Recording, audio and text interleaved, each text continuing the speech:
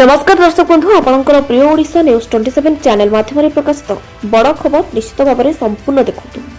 पुणी रेल धारण में अटकला ट्रक दुर्घटन अल्पके बर्तिला यात्रीवाही ट्रेन।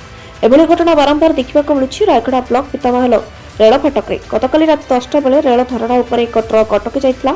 निश्चित दुर्घटन अल्पके रक्षा पाई जाइछि दुईटी यात्रीवाही ट्रेन। ट्रकटी पितामहल लेवल क्रॉसिंग पार होता बेले यांत्रिक त्रुटि पाई हठात रेल धारणा उपर अटकी जाइथिला। इस समय भवानीपाटना पैसेंजर ट्रेन व एर्भाकुलम टाटा एक्सप्रेस आसबार समय हो जाइथिबारु रेल फाटक कर्मचारी व्यस्त होई सिग्नाल पर सिग्नाल देई यात्रीवाही ट्रेन को अटकाइबा पई संकेत देथिले। एर्नाकुलम एक्सप्रेस को मां मझीघरियाणी मंदिर निकटरे एवं कुरेन जेमा देई पेंटप स्टेशन भवानीपाटना पैसेंजर को मध्य अटकाइबा को रेल विभाग पक्षरु निर्देश दिया। एर्नाकुलम एक्सप्रेस अटकबार यात्रीवाही माने बहु असुविधार सम्मुखीन होते। प्राय 2 घंटा पर स्थानीय अंचल बासिंदा बहु परिश्रम कर अटकी ट्रक को रेल धारणा उपरू हटाइबा पर रेल चलाचल स्वाभाविक होइथिबा बोली स्टेशन मजिस्ट्रेट कहते मास्टर कहते।